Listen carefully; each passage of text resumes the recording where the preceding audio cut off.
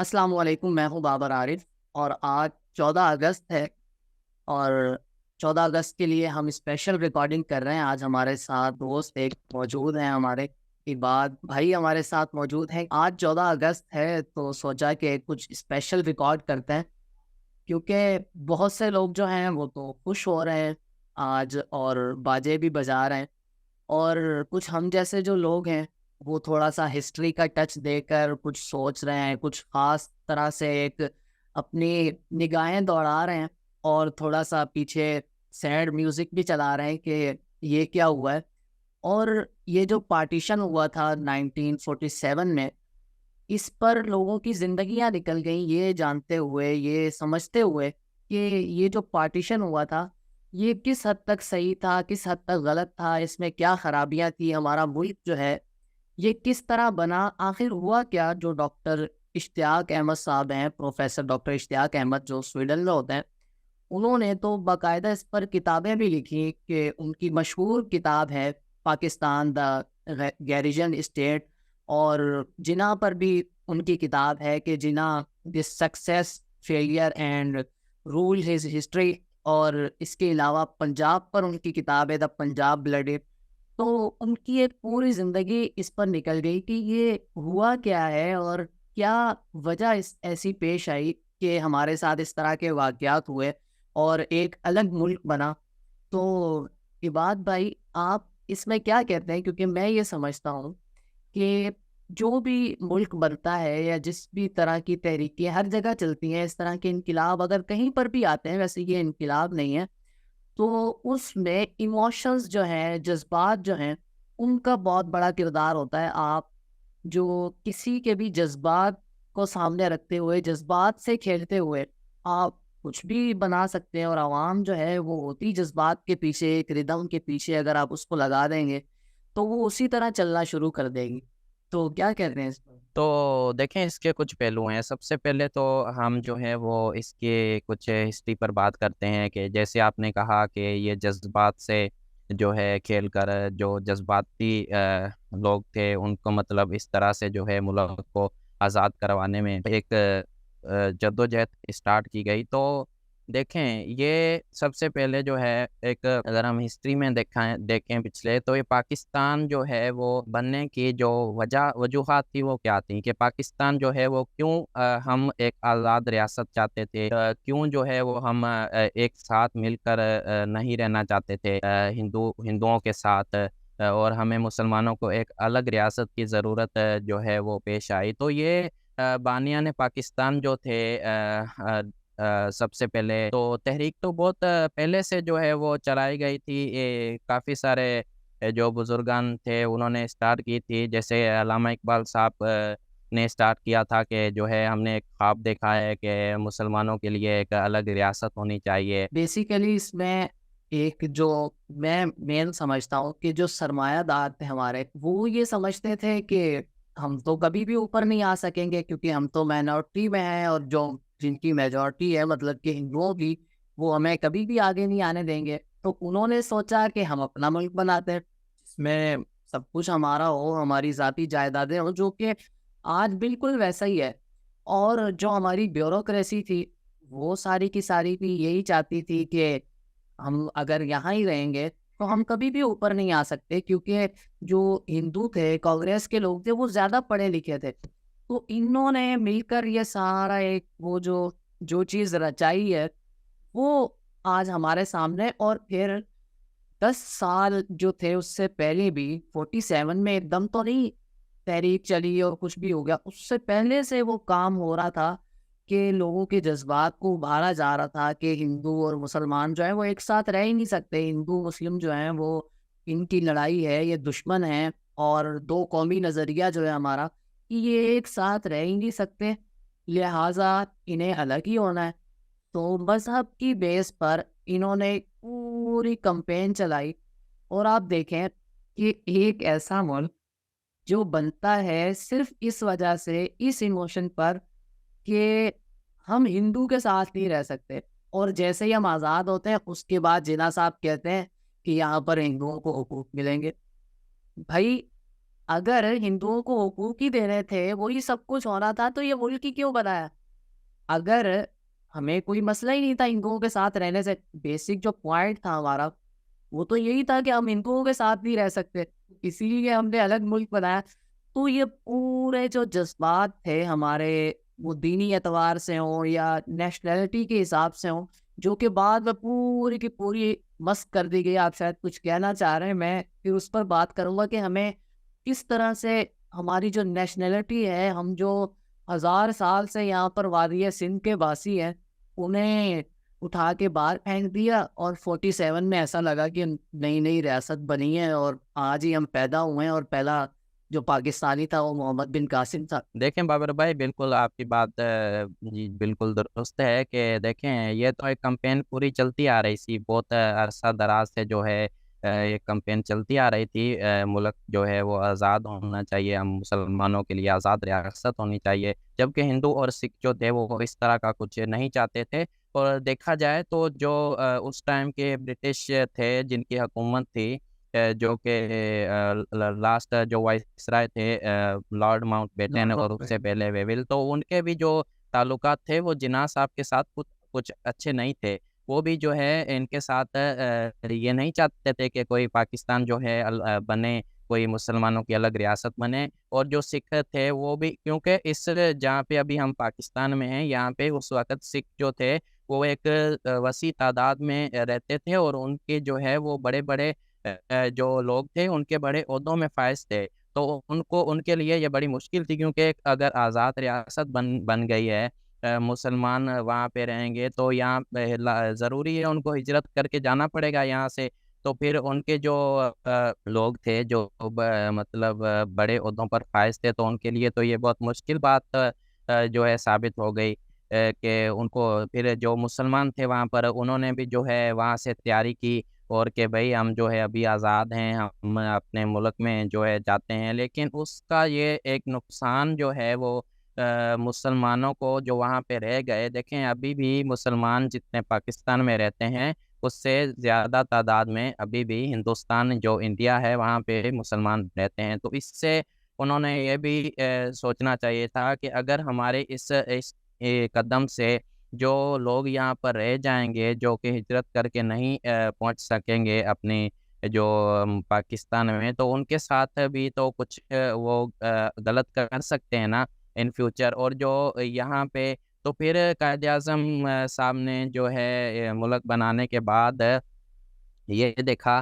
کہ ابھی تو یہ کہنا پڑے گا کہ بھئی جو مینارٹی ہے, جو یہاں پر اقلیتیں ہیں, ان کو بھی ایک آزادی حاصل ہے. وہ اپنی جو ہے مذہبی عبادات, جو اپنی مطلب ہر چیز جو ہے وہ کر سکتے ہیں, ان کے اوپر کوئی بھی پابندی نہیں ہوگی, کوئی بھی روک ٹوک نہیں ہوگی, ان کو بھی ان کے حقوق دیے جائیں گے. تو اس کا کچھ اثر پھر کہ وہاں پہ جو مسلمان رہ چکے ہیں ان کے لیے کچھ اچھا قدم ثابت ہو سکتا تھا. دیکھیں جب ملک کو جو آزاد کرانے کا انہوں نے جو اناؤنسمنٹ کی تھی, جب برٹش وہاں پر حکومت میں تھے, تو انہوں نے یہ کہا تھا کہ جو ملک ہم جو ہے وہ ان کے جو انڈیا جو ہندوستان کی بڑی بڑی طاقتیں ہیں جو مضبوط ہیں, ان کے ہاتھ میں ہم ملک دے کے جائیں گے.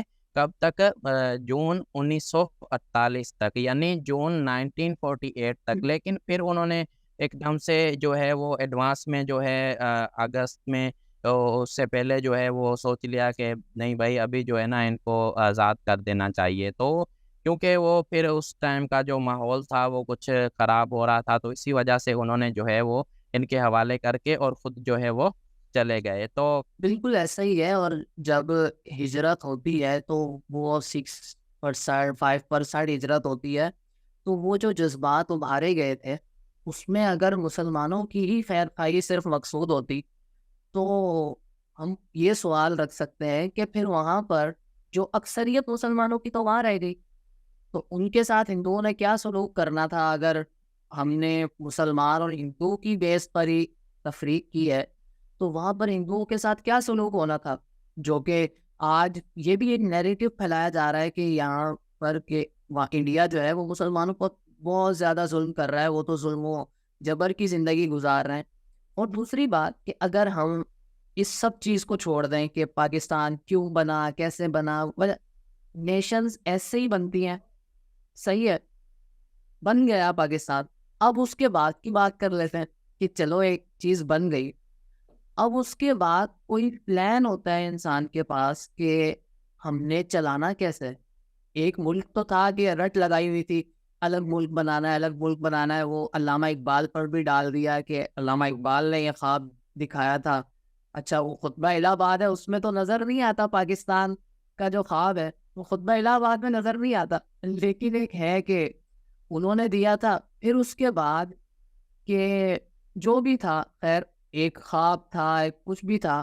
اس کے بعد قائد اعظم اگر کسی ہندو سے ملتے تھے تو اسے کہتے تھے کہ آپ کے حقوق مکمل ہوں گے ہمارے ملک میں.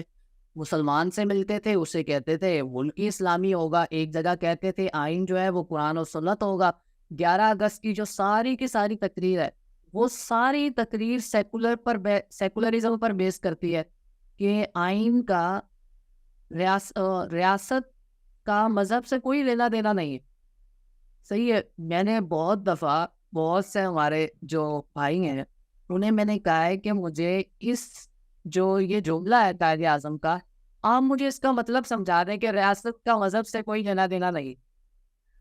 قائد اعظم کا پھر یہ کیا خیال تھا؟ اگر قائد اعظم کا یہی خیال تھا کہ جو آئین ہے وہ قرآن اور سنت ہوگا, مطلب ایک طرح سے وہی نظام کی وہ بات کر رہے تھے جو ہمارے یہاں مذہبی لوگ کہتے ہیں, تو قائد اعظم کی پھر دوسری تھے. تو میں یہ سمجھتا ہوں کہ یہ جو سارے بیانات تھے, یہ جلسوں والی باتیں, یہ ایک تقریر کی حد تک تھی کہ جلسوں میں جو تقریریں کی جاتی ہیں کہ آپ کے منہ پر آپ کی بات کر دی, کیونکہ قائد اعظم جو تھے وہ بہت شارپ مائنڈیڈ اور بہت مجے ہوئے سیاستدان تھے. انہوں نے ایک سیاست اپنی دکھائی ہے. تو اگر ہم 1947 سے بعد آتے ہیں کہ بعد میں کیا ہوا, ایک ملک تھا, بننا تھا, بن گیا, اسی طرح ملک بنتے ہیں. خیر اس کے بعد میں بھی ہمارے پاس کوئی پلان نہیں ہے, اور آج تک کوئی پلان نہیں ہے. جی بالکل بابر بھائی, دیکھیں ملک تو جو بنتے ہیں بالکل قربانیاں دینی پڑتی ہیں. چلو وہ تو ایک اس ٹائم کے حالات کے مطابق جو ہے وہ ہم یہ کہہ سکتے ہیں کہ یہی حالات تھے کہ ان کے پاس اور کوئی چارہ نہیں تھا, تو ان کو جو کچھ سمجھ میں آیا اس وقت انہوں نے وہ کیا کہ کسی نہ کسی طرح سے ہم جو ہے وہ آزاد ہو جائیں اور ہمیں ایک الگ ریاست مل جائے. لیکن اس ریاست کو, اس ملک کو جو ہے وہ چلانا کس سمت میں ہے, اس کے لیے کوئی رولس اور ریگولیشن جو ہیں وہ بھی تو بنانے چاہیے. اس کو اس میں جو عوام ہے اس کو کس طرح سے حقوق دینے ہیں آگے چل کے, اور جو ہے کس طرح سے اس ملک کو چلانا ہے. اس کے لیے دیکھیں جب ملک بنا تھا تو ہمیں پتہ ہے کہ جو انڈین ایکٹ 1935 تھا اس کو اڈاپٹ کیا گیا تھا, کیونکہ اس وقت ہمارے پاس کوئی آئین نہیں تھا. تو ملک کو چلانے کے لیے انہوں نے جو راؤنڈ ٹیبل کانفرنسز تھی جو لنڈن میں ہوئی تھیں, جو کہ کانگریس اور اپنی مسلم لیگ کے لیڈران کے بیچ میں ہوئی تھی, تو ان کی 3 کانفرنسز ہوئی تھی. اس میں سے ایک پیج نکلا تھا وائٹ پیپر کے نام سے, جس کو انہوں نے پھر برٹش انڈین ایکٹ 1935 کے نام سے جو ہے وہ دریافت کروایا تھا. پھر اس کے حساب سے جو ہے وہ ملک چلنے لگا, تو ہم نے بھی پھر وہی اڈاپٹ کر لیا. لیکن پھر اس کے بعد یہ کوشش چلنی چاہیے تھی کہ اس ملک کو چلانا کیسے ہے, اس کے لیے کوئی جو ہے ایک پراپر رولس اور ریگولیشن بنانے چاہیے, لیکن وہ نہیں تھے. انفارچونیٹلی جو ہے وہ قائد اعظم صاحب تو اس وقت بیمار ہو چکے تھے جب ملک بنا ہے, اور اس کے 1 سال فوراً بعد ہی ان کی تو ڈیتھ ہو گئی تھی. لیکن پھر جو دوسرے لیڈران تھے جو تھے, تو انہوں کو چاہیے تھا کہ ملک میں جو ہے وہ ایک اس طرح کا نظام ایک لے کے آنا چاہیے تھا کہ جو کہ عوام اس سے سیٹسفائی تو ہو.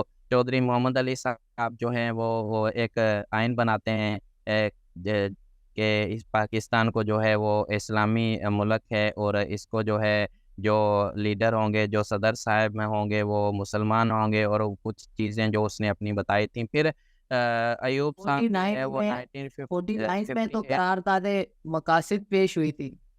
56 میں وہ آدھا ادھورا آئین بنا تھا, جی جی 56 میں پھر وہ بھی 2 سال توڑ دیا گیا۔ 2 سال کے بعد پھر وہ بھی توڑ دیا گیا تھا ایوب صاحب کی طرف سے، اور پھر جو ہے وہ اور آپ دیکھیں 1962 تک جو ہے اور آپ دیکھیں کہ جی جی انڈیا جو ہمارے ساتھ آزاد ہوا، وہ بھی کے عزیز نے کہا ہے اپنی کتاب مڈر آف ہسٹری کے اندر کہ 15 اگست کو ہم آزاد ہوئے ہیں، پاکستان اور انڈیا۔ ویکیپیڈیا بھی آپ ابھی دیکھیں گے تو 15 اگست ہی اس میں آ رہا ہے کہ ہم 15 اگست کو آزاد ہوئے ہیں۔ یہ بھی ایک وہ تھا 14 اگست کو بنانے کا۔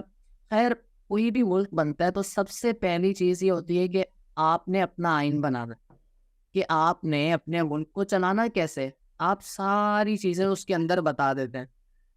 آپ دیکھیں کہ انڈیا ہمارے ساتھ آزاد ہوا 49 میں انہوں نے اپنا آئین بنا لیا تھا، صحیح ہے، مطلب 2 سال اور کچھ مہینوں کے اندر۔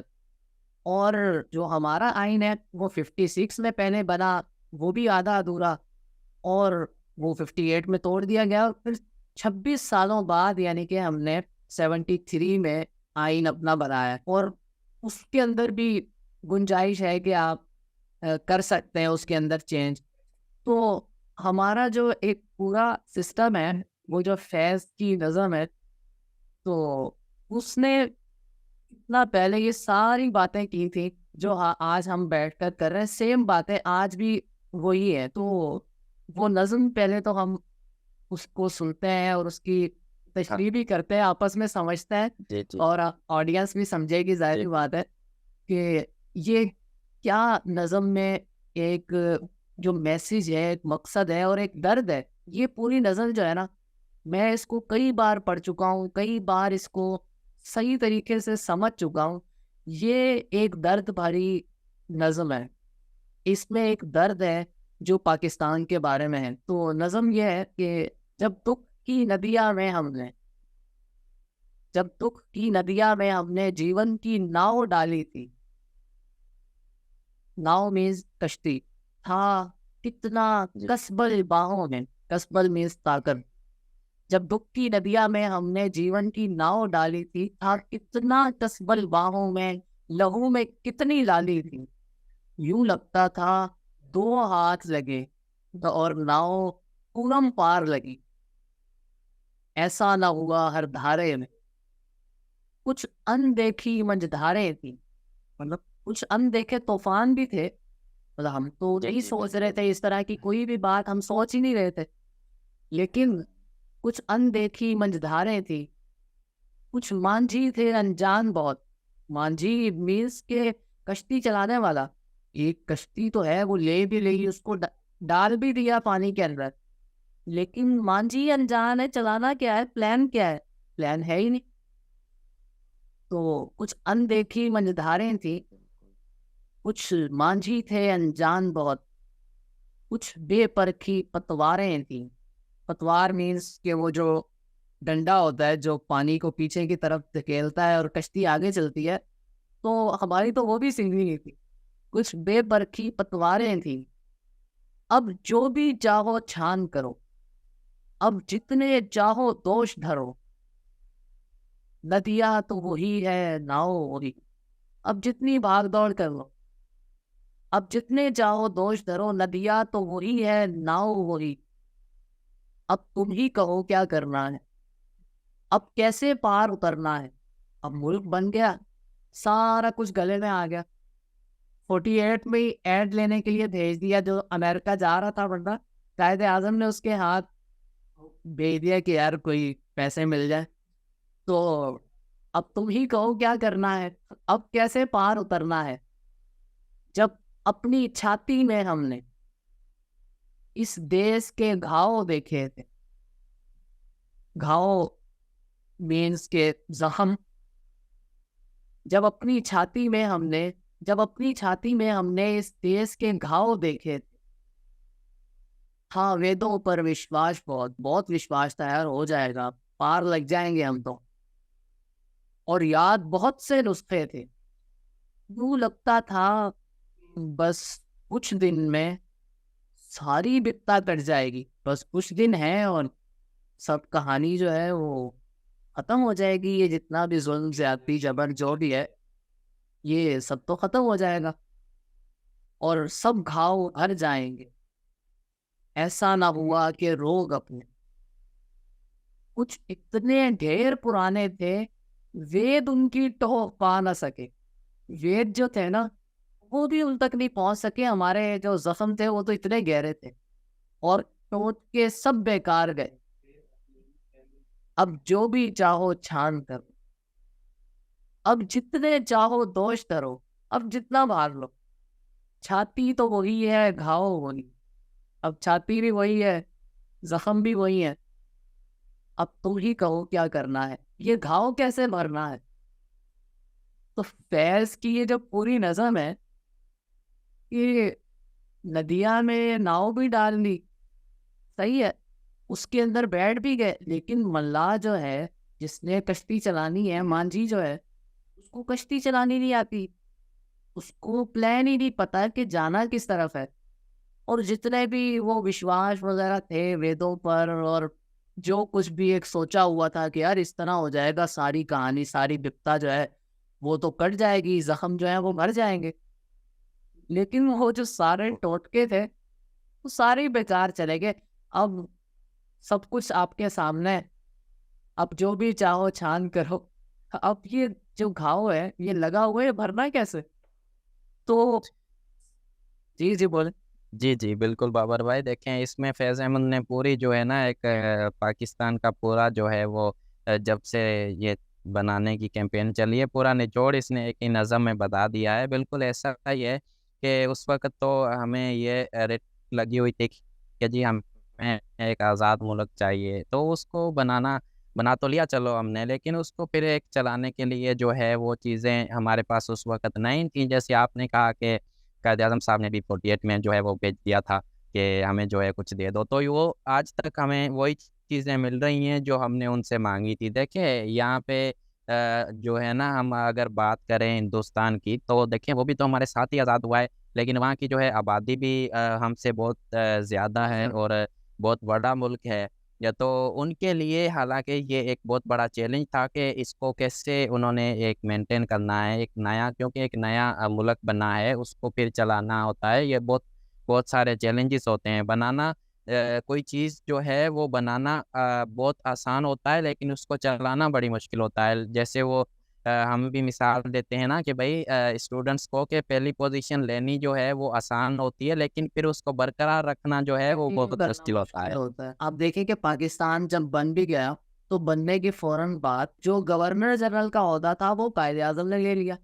حالانکہ ایسا عہدہ قائد اعظم کو لینا چاہیے تھا جو کہ, یہ میں نہیں کہہ رہا, ہسٹری میں یہ بات آئی ہے کہ جس کے پاس پاور تھی وہ تو وزیر اعظم کا عہدہ تھا. تو وزیر اعظم کے عہدے کے پاس جو تھی پاور تھی, اور گورنر جنرل بن گئے قائد اعظم, اور ساری جو پاور وزیر اعظم کی تھی وہ بھی قائد اعظم کے پاس ہی تھی.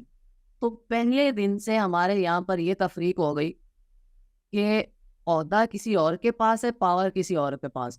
آج تک ہم یہ مسئلہ حل نہیں کر سکے کہ وزیر اعظم کی جو پاور ہے وہ وزیر اعظم کے پاس ہی رہنی چاہیے. پہلے دن سے وہ ہمارے ذہن میں ایک غلط چیز آ گئی, غلط چیز ڈال دی گئی کہ پاور لیاقت علی خان کی ہونی چاہیے تھی, لیکن استعمال گورنر جنرل کرتے تھے, اور کابینہ کا اجلاس تک گورنر جنرل ہیڈ کرتے تھے. حالانکہ کابینہ جو ہے وہ وزیر اعظم کے ماتحت ہوتی ہے, گورنر جنرل کا لینا دینا نہیں ہے. پاور جو ہے وہ کسی اور کے پاس رہی ہے ہمارے یہاں شروع سے ہی, اور پاور کا جو اہل تھا وہ کوئی اور تھا. تو یہ پہلے دن سے ہمارے یہاں پر ایک ریت چل پڑی تھی. اور اس کے بعد بھی ہم نے جو پاکستان میں رہنے والوں کا جو حال کیا ہے کہ ان کو ہر چیز سے بری ذمہ قرار دے کر یہ ان کے منہ سے نکلوانے کی کوشش کی ہے کہ آپ نے پاکستان زندہ باد بولنا ہے. اگر آپ یہ نہیں کہو گے تو آپ کے سامنے جو بھی ہوگا. تو اصول سے یہ بات ٹکراتی ہے کہ ایک شخص جو ہے وہ کوئی بھی ہو, وہ سندھی ہو, وہ پشتون ہو, اس کی 500 سال کی, 1000 سال کی ایک تاریخ ہے, صحیح ہے.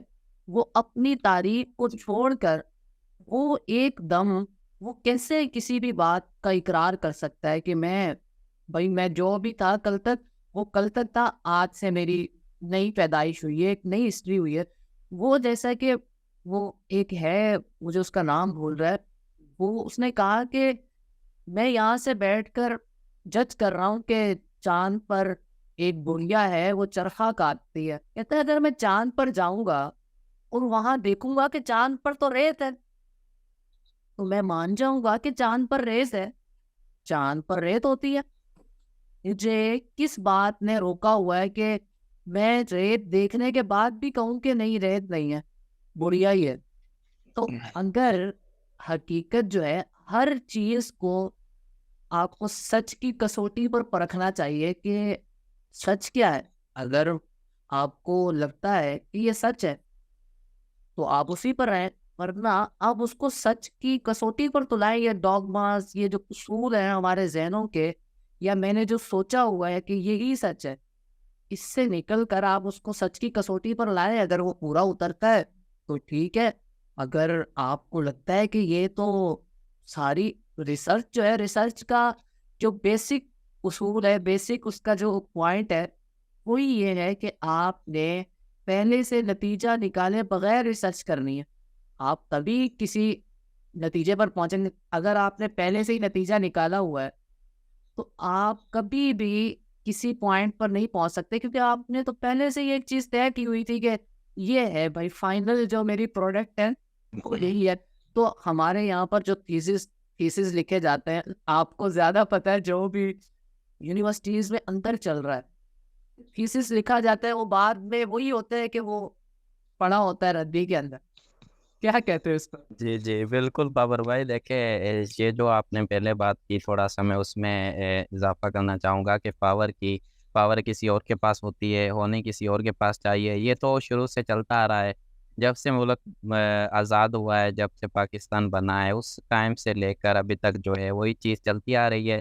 جیسے جس کے پاس پاور ہونی چاہیے ملک چلانے کی, اس کے پاس پاور دراصل نہیں ہوتی, اور یہ ابھی بھی نہیں ہے. جیسے کہ ابھی ریسنٹلی عمران خان صاحب کی حکومت جب گرائی گئی اور اس کے خلاف تحریک عدم اعتماد آئی, تو اس کے بعد سے پھر انہوں نے کہا کہ جو ہے میرے پاس تو 20% بھی پاور نہیں تھی, میں تو کرسی پہ بیٹھا تھا لیکن میرے پاس کوئی پاور نہیں تھی ملک کو چلانے کی. تو بھائی اس ٹائم جب آپ کرسی پر تھے, آپ کو یہ بات کہنی چاہیے تھی کہ بھائی میں جو ہوں وہ ایک حکومت کا سربراہ ہوں, لیڈر آف دا ہاؤس ہوں, تو مجھے اختیارات جو اختیارات آئین وزیر اعظم کو دیتا ہے وہ اختیارات اس کے پاس کیوں نہیں تھے. تو وہ اس 4 سالوں میں جو ہے وہ میکسیمم 4 سال ان کی حکومت چلی ہے, تب تک وہ 3.5 سال. چپ رہے. ہاں 3.5 سال مطلب جو ہے تب تک وہ خاموش تھے. پھر جب جیسے ہی ان کی حکومت ختم ہو جاتی ہے تو پھر جو ہے اس طرح کا واویلا, اور پھر جو عوام ہے, عوام کے ذہنوں میں بھی اسی طرح کی چیزیں ڈالی جاتی ہیں کہ وہ پرکھ جو ہے نا ان کو نہیں ہوتی کہ صحیح کیا ہے غلط کیا ہے. ان کو جو چیزیں ان کے ذہن میں ڈالی جاتی ہیں, ان سے جو کہلوایا جاتا ہے وہ ان کو کہنا پڑتا ہے. اور کچھ جو ہوتے ہیں ایسے انٹلیکچوئل مائنڈ, ان کو مجبور کیا جاتا ہے کہ وہ اس بات کا اقرار کریں. اور تیسری اصل میں پروپیگنڈا جو ہے وہ ہوتا ہی اسی طرح ہے کہ آپ جھوٹ اتنا پھیلا دو کہ لوگ پریشان ہو جائیں کہ سچ کہاں ہے. وہ بالکل جھوٹ کو اتنی بار کہو کہ لوگ اسے ہی سچ سمجھنے لگیں کہ یہ سچ ہی ہوگا. جب ہر دوسرا بندہ یہی بات کر رہا ہے تو یہی سچ ہوگا. اور آپ عمران خان صاحب کی بات کر رہے ہیں تو مجھے ایک بات یاد آئی. وہ کہتے ہیں ہمارے پاس پلان تھا, ہم ایگزیکیوٹ نہیں کر سکے اسے. تو بھائی ایسے پلان کا ہم نے کرنا کیا ہے؟ پلان ہوتا ہی وہ ہے جو میدان عمل میں اس کے اوپر عمل کیا جا سکے. ایگزیکیوٹ اگر نہیں ہو سکتا تو وہ پلان کسی کام کا نہیں ہے. آپ کے پاس پلان ہے چاند پر جا کر وہ سارا کچھ کرنے کا, ایک پورا آپ نے خیالی بنا لیا, لیکن آپ سے میں پوچھوں کہ یہ کب ہوگا تو کیا ایگزیکیوٹ نہیں ہو سکتا. تو یہ تو آپ نے پورا مذاق کیا, ماموں بنایا پوری قوم کو, اور اینڈ میں کہہ دیا کہ ہمارے تو ہاتھ ہی بندھے ہوئے تھے, آپ ریزائن کر دیتے. بھائی یہ تو بالکل پورا کا پورا کرپٹ نظام ہے. وہی بات ہے نا کہ اگر دیکھیں نا ابھی بھی جو ریسنٹلی اسمبلیاں تحلیل کی گئی ہیں, تو کچھ لیڈر حضرات جو تھے اسمبلی میں, انہوں نے بھی یہی تقریریں کی ہیں کہ بھائی اگر آپ کے پاس پاور نہیں ہے, آپ کو وہ اختیارات نہیں دیے جا رہے جو آپ کا حق ہے، تو آپ اس عہدے سے ریزائن کر دیں، تو اس وقت اور اسی میں عزت بھی ہے انسان کی، اسی میں جو ہے وہ ہاؤس کی جو پارلیمنٹ ہے ہاؤس ہے ان کی بھی عزت ہوتی ہے کہ آپ کے پاس اگر اختیارات نہیں ہیں تو آپ ریزائن کر دیں، تاکہ آپ عوام کے سامنے تو وہ چیزیں لائیں نا کہ بھائی یہ چیزیں جو ہیں وہ ہمارے پاس ان چیزوں کے اختیارات نہیں ہیں اس وقت، جس وقت آپ کو لانی چاہیے تھی۔ لیکن جب ان چیزوں کا کوئی فائدہ ہی نہیں، جب کرسی جو ہے وہ نہیں ہوتی انسان کے پاس، تو پھر وہ ساری چیزیں جو ہے وہ انسان عوام کے سامنے لاتا ہے، اور عوام بھی جو ہے پھر وہ اس طریقے سے سوچتی ہے کہ بھائی یہ تو بہت اچھی باتیں کر رہا ہے، یہ جو ہے یہ تو پاکستان کو بہت اچھی سمت میں لے جا سکتا تھا۔ لیکن دیکھیں انہی چیزوں میں اگر ہم پریویسلی شروع سے یہ تو سین چلتا آ رہا ہے، لیکن ملک کو ایک پراپر سمت جو ہوتی ہے وہ ہم اگر انڈیا کی بات کر لیں یہاں پہ تھوڑی سی کہ دیکھیں ملک تو دونوں ایک ساتھ آزاد ہوئے ہیں نا، تو لیکن انہوں کو ایک پراپر ڈائریکشن ملی، انہوں نے اس ملک کو جو ہے وہ اس پراپر ڈائریکشن میں لے کے چلتے آ رہے ہیں، اور آج آپ کے بھی سامنے ہے، سب کے سامنے ہے کہ وہ کہاں پہنچ چکے ہیں۔ وہ ابھی پاکستان کی 5th نمبر اکانومی ہے انڈیا، بن چکا ہے، اور دنیا کی 5th نمبر اکانومی جو ہے وہ بن چکا ہے، اور پاکستان جو ہے وہ کس نمبر پر ہے آپ کے اور میرے سامنے ہے۔ پاکستان وہ کہتے ہیں نا کہ لوگوں نے جس ملک نے جو چیز ان سے مانگی وہ ان کو مل گئی۔ اب ہمارے پاکستان کے فیصلے جو ہیں وہ آج بھی کہیں اور ہوتے ہیں، ہمارے فیصلے جو ہیں وہ IMF کر رہا ہوتا ہے یا کچھ اور جو ہیں ادارے اس طرح کے وہ کر رہے ہوتے ہیں۔ ہم نے جو چیز ان سے مانگی ہمیں وہ ملی، ہم نے کشگول اٹھا لی اور ہم نے ان سے کہا کہ بھائی ہمیں جو ہے نا وہ پیسے چاہیے، تو انہوں نے ہمیں پیسے دے کے اپنا غلام بنا لیا۔ لیکن انڈیا نے جو انڈیا نے ٹیکنالوجی مانگی تھی ان سے، ہم نے جو بالکل انڈیا قرضہ نے مانگا ہے نا جی جی انہوں نے دیکھیں ٹیکنالوجی، اسی پر میں آ رہا ہوں کہ انہوں نے ٹیکنالوجی مانگی، ان کو ٹیکنالوجی مل گئی۔ اب آج جو ہے وہ ان کا جو ٹیکنالوجی کا پروفٹ ہے وہ $170 بلین ہے پر ایئر کا، جو وہ ارن کر رہے ہیں ایک سال میں، اور ہماری پاکستان کی جو اوور آل جو اکنومی ہے وہ ابھی قرض لینے کے بعد جو ہے وہ $12 بلین ہوئی ہے۔ اب آپ حساب لگا لیں کہ ہم کہاں پر کھڑے ہیں اور وہ اس وقت کہاں پر ہیں، لیکن پھر بھی جو ہے وہ ہم یہ نعرے لگاتے ہیں کہ بھائی ہمیں جو ہے وہ دشمن کے بچوں کو پڑھانا ہے۔ بھائی پہلے آپ اپنے بچوں کو تو پڑھا لو، ان کو تو آپ پراپر جو ہے وہ جو چیزیں ان کو دینی ہیں وہ تو دو، ان کو آپ وہ فیسلیٹیٹ کرو۔ اپنے بچوں کو ہم سے پڑھایا نہیں جاتا، اور ہم جو ہے وہ کہہ رہے ہوتے ہیں کہ ہم نے دشمن کے بچوں کو پڑھانا ہے، ہم نے یہ، تو اس طرح سے اصل میں شروع سے ہمارا جو مائنڈ بنا ہے نا وہ بنا ہے کہ یہاں جنگیں ہوں گی اور ان کے ذریعے ہم وہاں پر اپنی فوج بھیج دیں گے اور وہاں سے ہم کمائیں گے، کیونکہ ہم آپ دیکھیں کہ شروع سے ہی ہم بینک کرپٹ رہے ہیں۔ صحیح ہے، پیسہ آ جانا ہمارے لیے انوکھی بات ہے، ہمارے لیے بینک کرپٹ ہو جانا کوئی انوکھی بات نہیں ہے کہ ہمیں شوق لگے گا کہ یار یہ کیا ہو گیا۔ ہمارے پاس جب بھی پیسہ آتا ہے نا تب ہم زیادہ حیران ہوتے ہیں۔ آپ یہاں پر عمومی ہماری رائے دیکھ لیں کہ آپ عام کسی بھی شخص سے جب پیسے آ رہے ہوں گے نا کہیں سے، ہر دوسرا بندہ بات کرتا دکھائی دے گا کہ یار سعودیہ نے 4 ارب بھیج دیے، 4 بلین، لیکن بینک کرپٹ ہو رہا ہے نا، ان کو یقین ہے کہ ہم بینک کرپٹ شروع سے ہی ہیں۔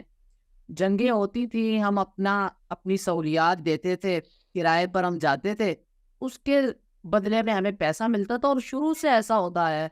قائد اعظم سے لیاقت علی خان امریکہ گئے اور طویل ترین کوئی 2 مہینے کا ان کا دورہ تھا لیاقت علی خان کا، وہ سارا کس وجہ سے تھا۔ اور ایک کارٹون بھی امریکہ نے تو شائع کیا تھا جس میں لیاقت علی خان بیساکھیاں لگا کر چلتے ہوئے جا رہے تھے، اور پیچھے سے 2 لوگ جو ہے نا IMF کے جو تھے وہ انہیں دیکھ رہے تھے گور کر کے، ہم انہیں بیساکھیوں پر لے آئیں گے۔ تو ان کا پلان بالکل ایکسیکیوٹ ہوا ہے، کیونکہ ہماری حرکتوں کی وجہ سے یہ نا وہ سارا کچھ۔